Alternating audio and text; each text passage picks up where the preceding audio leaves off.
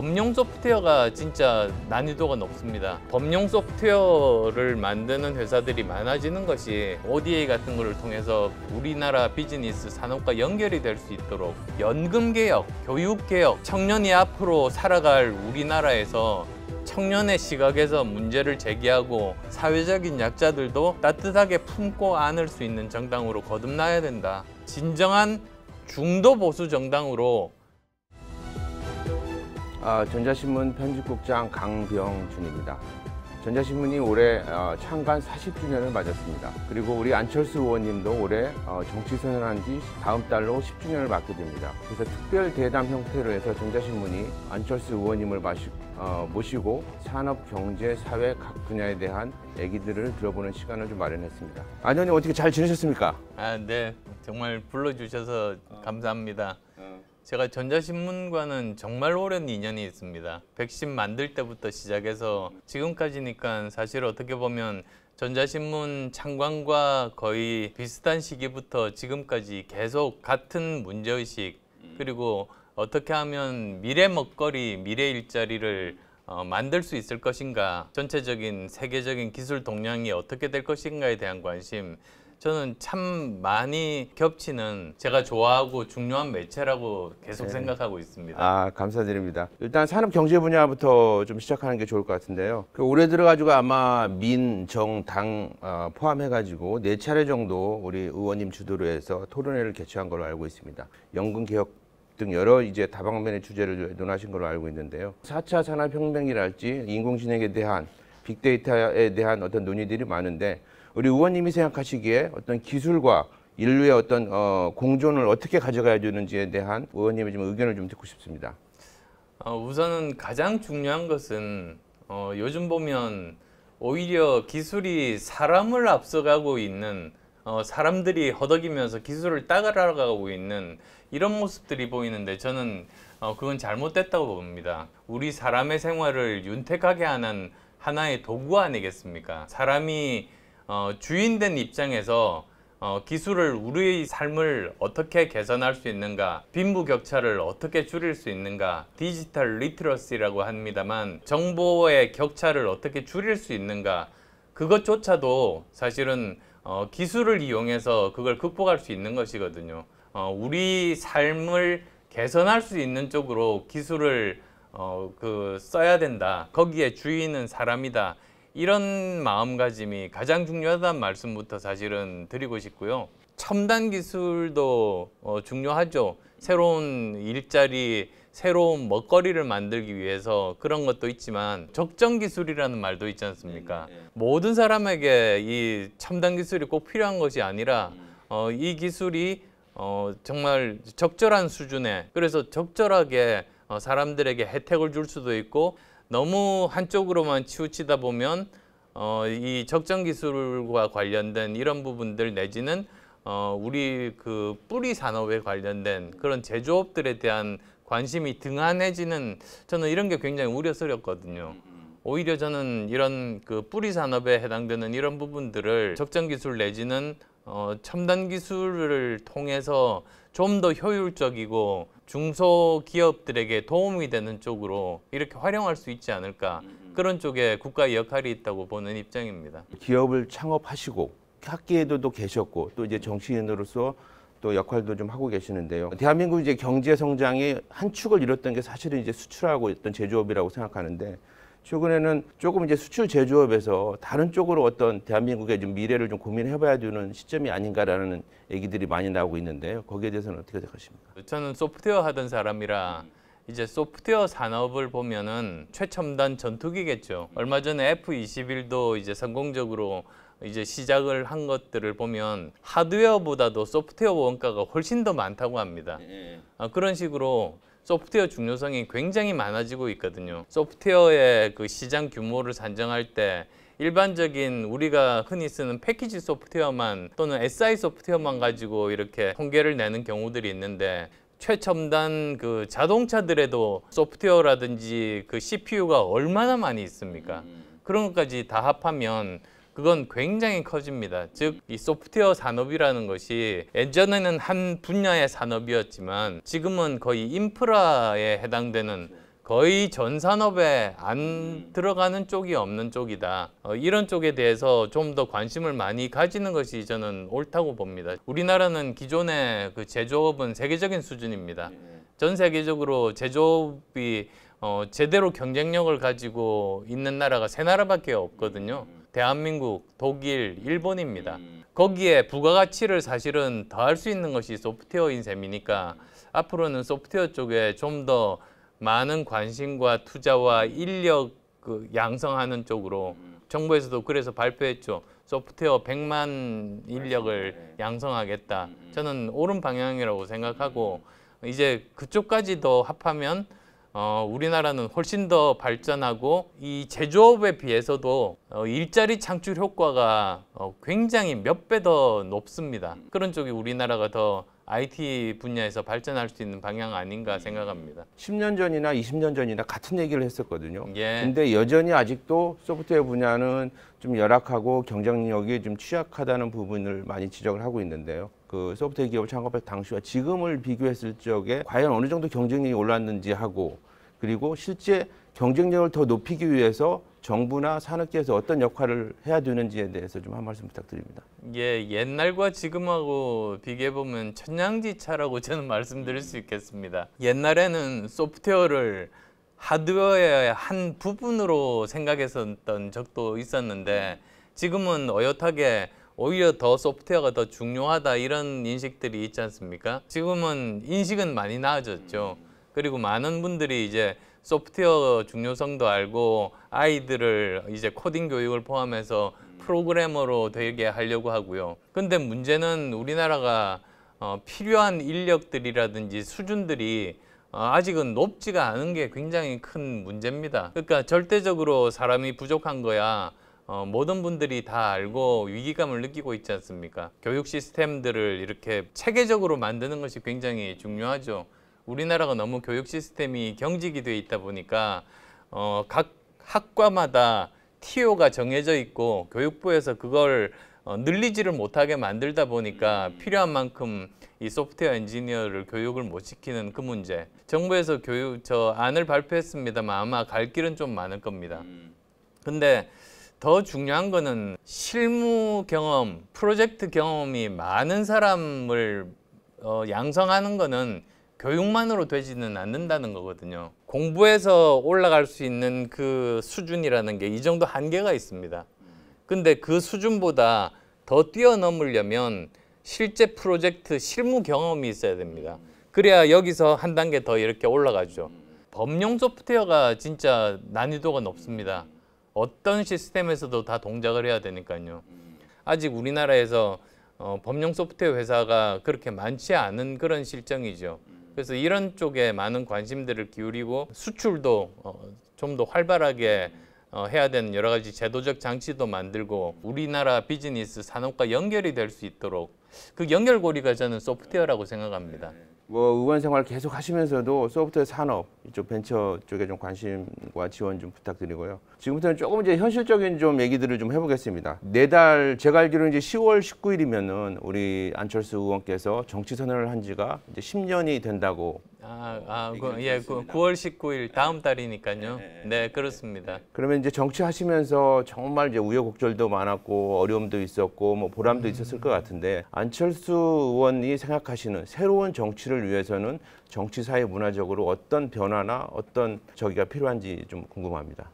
우리나라가 지금 변곡점에 와 있다고 말씀드렸지 않습니까?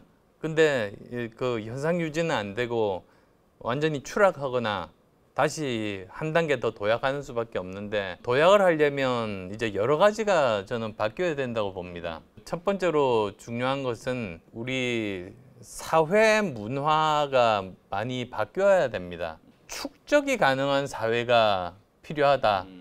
저는 그런 생각을 합니다. 개념 설계 능력을 가진 국가가 되어야 되는데 그것은 어디서 생기는가? 성공뿐만 아니라 실패 경험들이 계속 축적이 돼서 이렇게 하면 안 된다는 것을 알면 다시 그쪽 시도를 다시 하는데 낭비를 하지를 않으니까요. 성공의 경험, 실패의 경험이 계속 축적이 이렇게 된 사회에서만 개념 설계 능력이 생긴다는 그런 이유인데요. 대한민국은 저는 그게 필요한 것 같습니다. 대한민국이 이 변곡점에서 다시 발전하기 위해서 가장 필요한 것은 축적의 문화를 가진 나라로 거듭나는 것. 저는 그것이 필요하다고 믿고 있습니다. 그러니까 실패를 어떤 용인하는 문화, 실패를 인정하는 문화, 자산이나 축적할 수 있는 이제 그런 식으로 그 사회 전반적으로 좀 변화가 필요하다는 얘기. 네, 그렇습니다. 맞습니다. 예. 최근에 좀 불행하게도 지금 지지율 때문에 윤석열 정부가 조금 이제 고민을 하고 있는 상황인데요. 우리 의원님이 생각하시기에 이거를 타개할 수 있는 방법과 그다음에 당원으로서는 어떤 역할을 좀 할 수 있는지에 대해서 좀 말씀을 좀 부탁드립니다.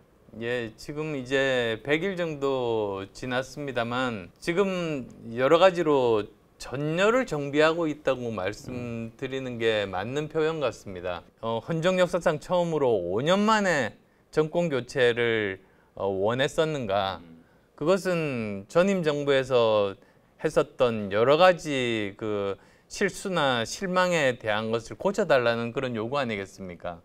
필요한 개혁들 조치를 하지 않았던 것에 대한 실망감들이 결국은 정권 교체를 이루게 만든 거니까 100일 지난 이 시점에서 다시 돌아보고 거기에 맞게 새롭게 전열을 정비하는 것이 저는 필요하다. 저는 그렇게 보고 있고요. 지금부터라도 다시 초심으로 돌아가서 국민들이 원하는 일들을 제대로 하면 그러면 다시 인정받을 수 있다는 그런 생각이고요. 정부가 성공해야지 국민도 성공하고 국가도 성공하지 않습니까? 그래서 저는 거기에는 여야가 없다고 봅니다. 그러면서도 만약에 좀 잘못된 방향의 정책이 있다면 거기에 대해서는 다른 더 좋은 그 대안을 제시하는 것 이런 것들이 국회의 역할이고 거기에서 여야가 뭐 다른 역할이 있겠습니까? 그런 식으로 해서 이번 그 위기를 극복해서 우리가 다시 더 한층 도약을 한다면 거기서 또 여야가 다음 정권 교체를 위해서 실력으로 겨루는 것이죠. 우리는 더 잘 만들 수 있다. 저는 그런 것이 건강한 이런 그 사이클이라고 봅니다. 그래도 사실 이제 정치를 이제 보는 이제 국민들 입장에서는 이제 당권 경쟁이라는 거를 이제 피할 수도 없을 뿐더러 이제 관심을 갖고 있는 게 사실인데요. 우리 안철수 의원님도 이제 당 대표로서의 의지를 이제 내비치신 걸로 알고 있는데, 근데 일부에서는 이제 안 의원님이 당내에서 입지는 좀 좁지 않느냐는 시각이 있는데 그걸 어떻게 극복할지 하고 당 대표가 된다면은 어떤 당을 이끌고 싶은지에 대해서 좀 말씀을 부탁드리겠습니다. 뭐 아직 저 대회를 언제 열린다는 말을 누가 하지는 않았기 때문에 거기에 대해서 먼저 손대는 것도 그것도 이상한 일이죠, 사실. 그 제대로 전당대회 날짜가 정해지고 이제 거기에 대해서 사람들이 이제 자기 입장을 밝힐 때 그때가 자기가 뭘 하겠다 이런 입장을 밝힐 좋은 적기라고 생각합니다. 그래서 지금 현재 제가 거기에 대해서 여러 가지 외부에서의 추측만 있지 제 입으로 제가 뭘 하겠다고 입장을 밝힌 적은 없습니다. 근데 지금 현재 국민의힘은 저는 앞으로 더 발전하기 위해서 즉 좀 더 지지층을 확장하고 그리고 많은 국민들로부터 사랑을 받기 위해서는 두 가지 변화가 필요하다. 첫 번째로는 이념 정당이 아니라 문제 해결 정당으로 바뀌어야 된다.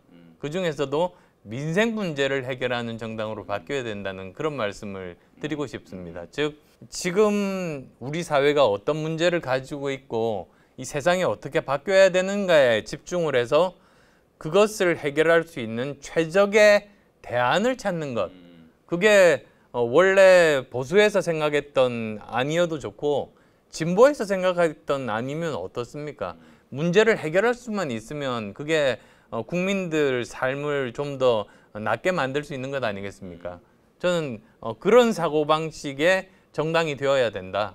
그래서 그게 사실은 중도적인 입장이 그렇거든요. 중도의 특성이라는 것은 합리성입니다.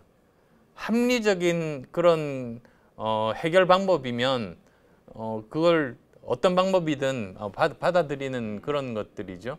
그래서 진정한 그 중도 보수 정당으로 범위를 확장하는 것, 즉 보수의 중요한 가치를 지키면서도 좀 더 유연하게 그 많은 사람들에게 다가갈 수 있는 그런 정당이 되는 게 첫 번째이고요. 두 번째로는 지금 사회적인 양극화가 굉장히 심하지 않습니까? 전 세계적인 현상이고. 그리고 이럴 때 말로 필요한 것이 일부 세력만 대변하는 것이 아니라 힘든 분들, 사회적인 약자들도 따뜻하게 품고 안을 수 있는 정당으로 거듭나야 된다. 그것이 진정한 국가를 위해서 대한민국이 발전을 하기 위한 그런 정당의 모습이다. 저는 그래서 국민의힘이 그런 정당으로 바뀌는데 제가 뭐 어떤 위치에 있든 노력을 할 생각입니다.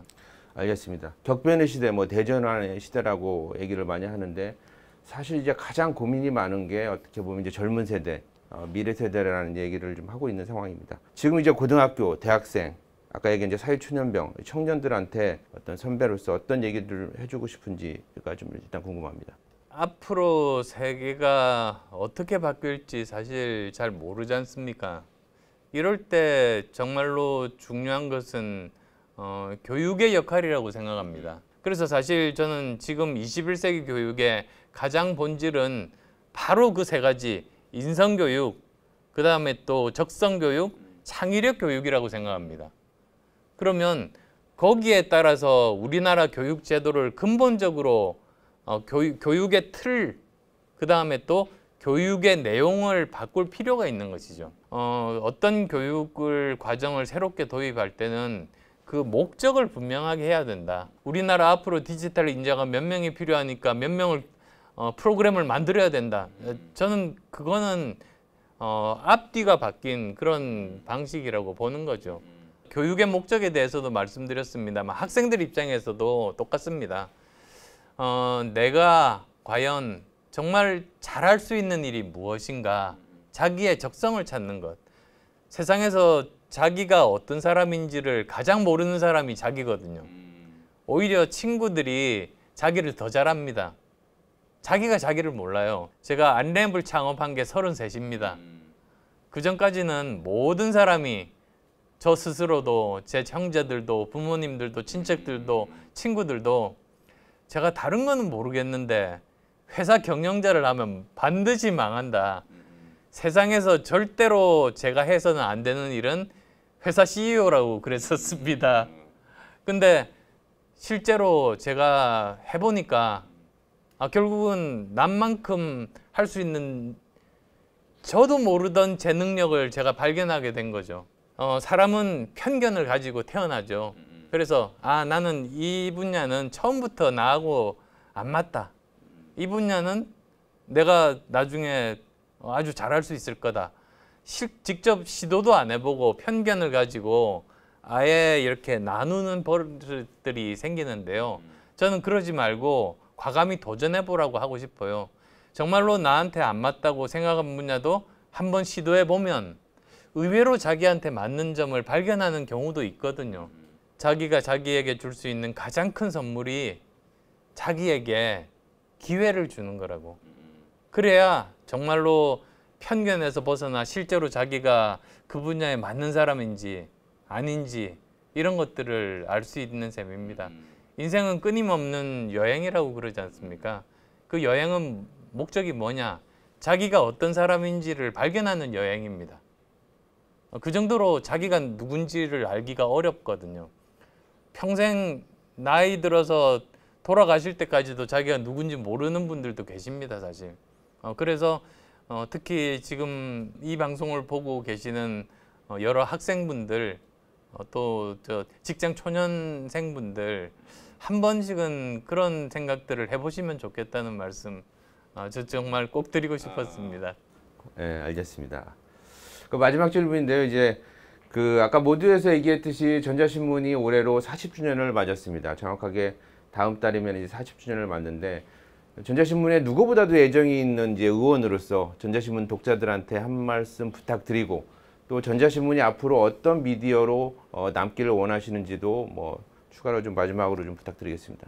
제가 전자신문 컬럼니스트로도 활동을 했습니다. 제가 처음 컴퓨터를 시작하면서부터 지금까지도 제가 하는 일과 제 관심사와 가장 밀접한 매체가 전자신문입니다. 우리가 한 단계 더 업그레이드 되는 것은 어떤 일을 해야만 되는가, 거기에 대한 가장 많은 고민을 했던 매체가 사실 전자신문이거든요. 저 나름대로 이 인생을 살고 전자신문도 업계 발전에 굉장히 많은 공헌을 했습니다. 우리 모두가 함께 발전하는 사회가 되기 위해서는 어떤 고민들을 하고 어떤 일을 해야 되는가, 그것들을 함께 공유하는 그런 공론화의 장이 되었으면 좋겠다. 앞으로 전자신문의 역할은 저는 더 커질 거라고 믿습니다. 우리나라 발전에 기여를 할 거라고 믿고 앞으로도 정말 그 역할 응원하겠습니다. 길지 않은 시간 동안 정치, 사회, 경제 그리고 미디어까지 많은 이야기들을 좀 우리 안철수 의원님을 통해서 좀 들어봤습니다. 다시 한번 귀한 시간 내주셔서 감사드리고 기회가 된다면은 한 번 더 큰 결정을 하실 때 모시고 또 얘기를 들어보는 걸로 좀 하겠습니다. 네, 감사합니다. 네, 네. 감사합니다. 네.